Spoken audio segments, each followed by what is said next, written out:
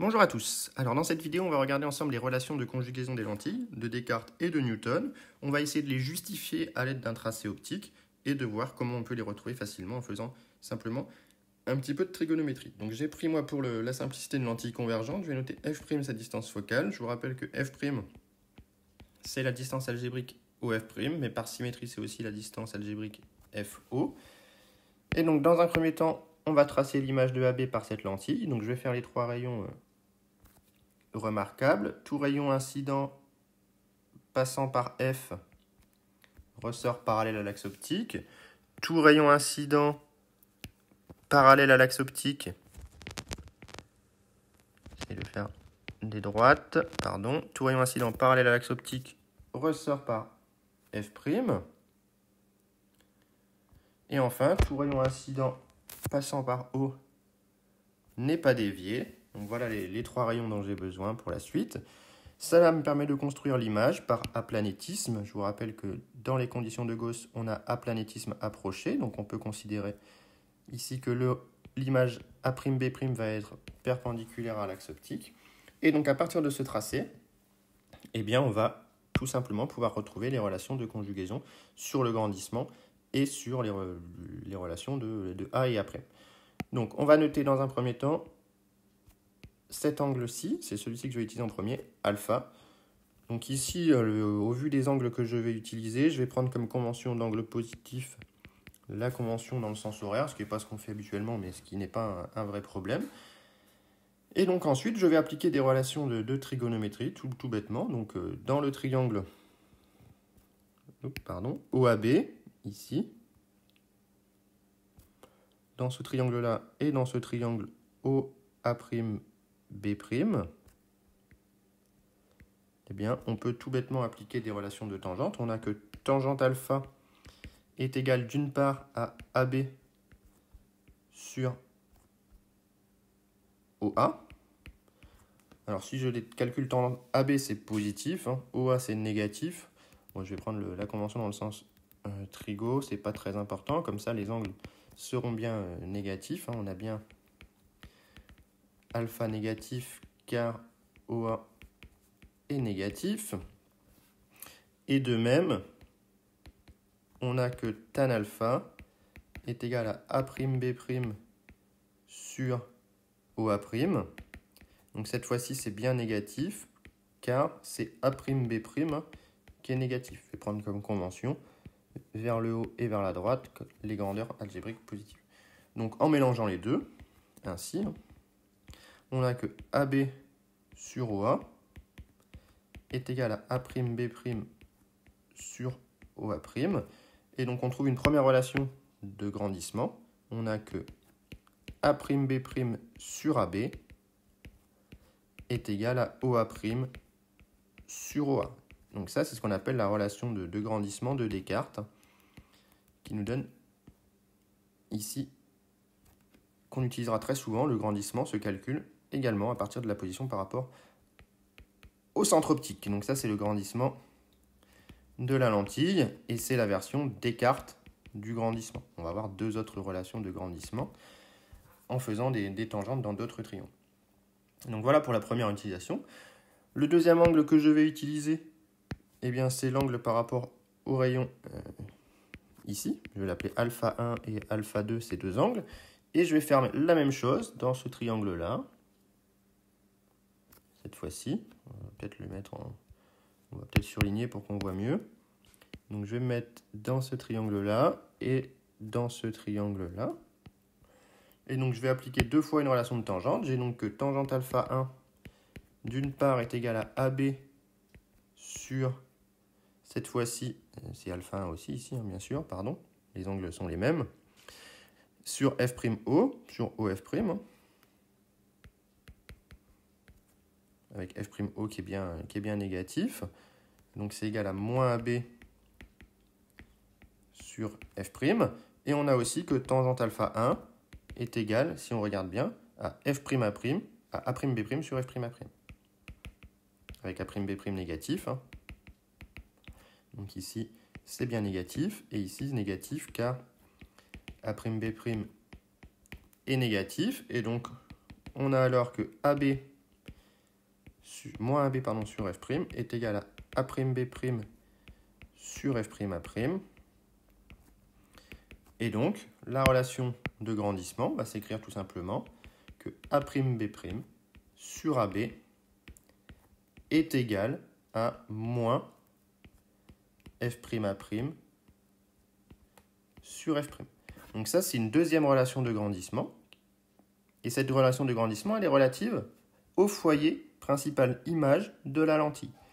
Toutes les relations qui sont relatives au foyer sont des relations dites de Newton. Donc ça, c'est toujours le grandissement, mais de Newton.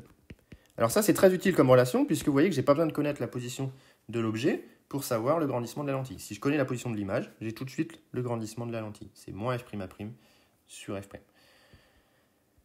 Troisième angle qu'on va utiliser, c'est l'angle qu'on n'a pas encore utilisé pour le rayon qui passait par F. On va les appeler alpha 2, ces deux angles. Et cette fois-ci, on va travailler dans ces triangles-là, que je surligne en bleu. Et donc, on a que tan alpha 2 est égal à AB sur FA. C'est bien négatif car FA est négatif. Et on a que tan alpha 2 est aussi égal à A'B', ici ça c'est la distance A'B', sur FO. C'est donc égal à A'B' sur FO. Et FO, comme on l'a vu avant, c'est rien d'autre que F'. Donc c'est bien négatif, car A'B' est négatif. On essaye d'être vigilant avec les valeurs algébriques.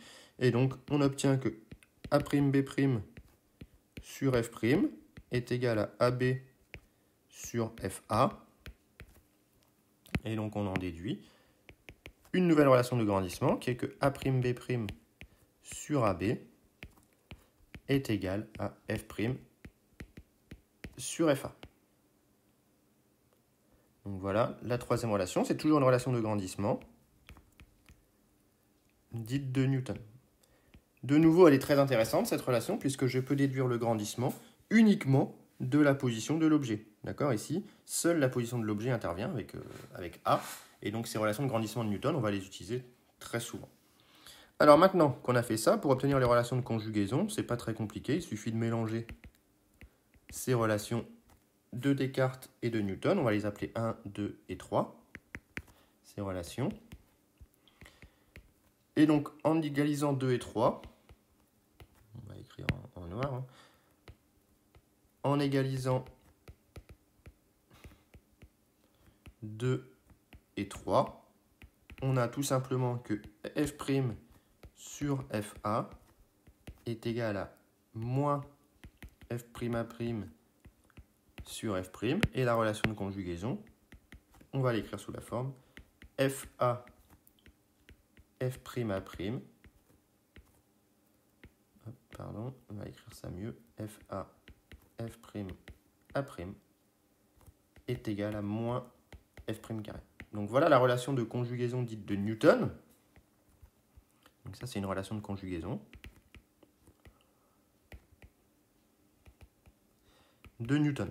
Alors toutes les relations de Newton, elles font intervenir les foyers. Vous voyez qu'ici, elle fait intervenir F et F'. Et pourquoi ça s'appelle relation de conjugaison? Parce que dans la relation de conjugaison, eh bien, apparaît l'objet et l'image A et A'. Donc ça, c'est une relation qu'il faut connaître par cœur, hein. Je ne les ai pas précisées au fur et à mesure, mais toutes les relations de grandissement et de conjugaison sont à connaître par cœur. D'accord?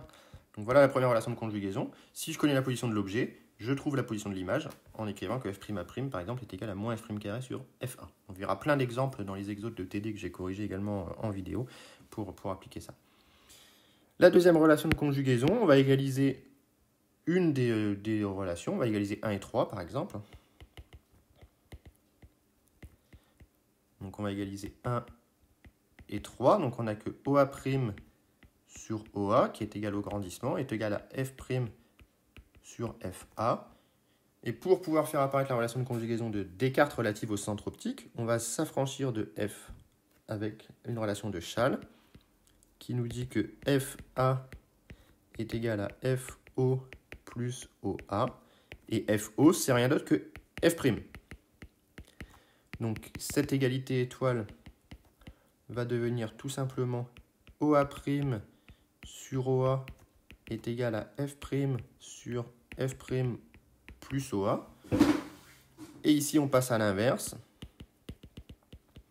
pour obtenir que F' plus OA sur F' est égal à OA' sur OA.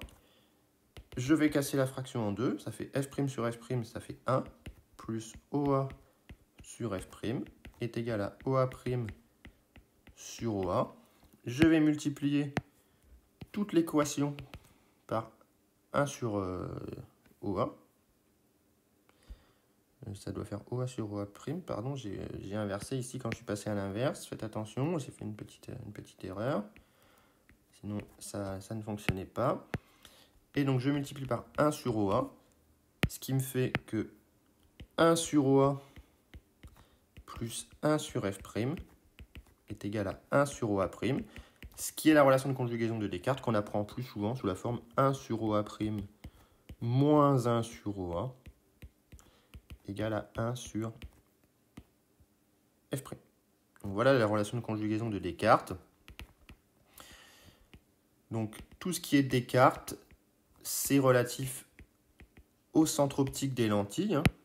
Donc Descartes, alors conjugaison comme tout à l'heure, c'est parce que ça fait intervenir A' et A. Et Descartes, parce que ça fait relative au centre optique. Si on regarde les relations de grandissement, c'est exactement la même chose. Donc cette relation est évidemment à connaître par cœur également. Si vous connaissez A, vous en déduisez A'. Si vous connaissez A', vous en déduisez A, connaissant la focale de la lentille. Très, très important. Donc si on fait un bilan, tout ce qui va être relation de grandissement de Descartes, tout ce qui va être Descartes, que ce soit grandissement ou conjugaison, fait intervenir les centres optiques. Tout ce qui va être Newton fait intervenir les foyers, que ce soit F' ou F. Donc voilà pour les relations de conjugaison. Apprenez-les bien par cœur, elles sont très importantes pour les exercices. Et n'hésitez pas à regarder les vidéos que j'ai faites sur les différents exercices du TD pour apprendre à les manipuler.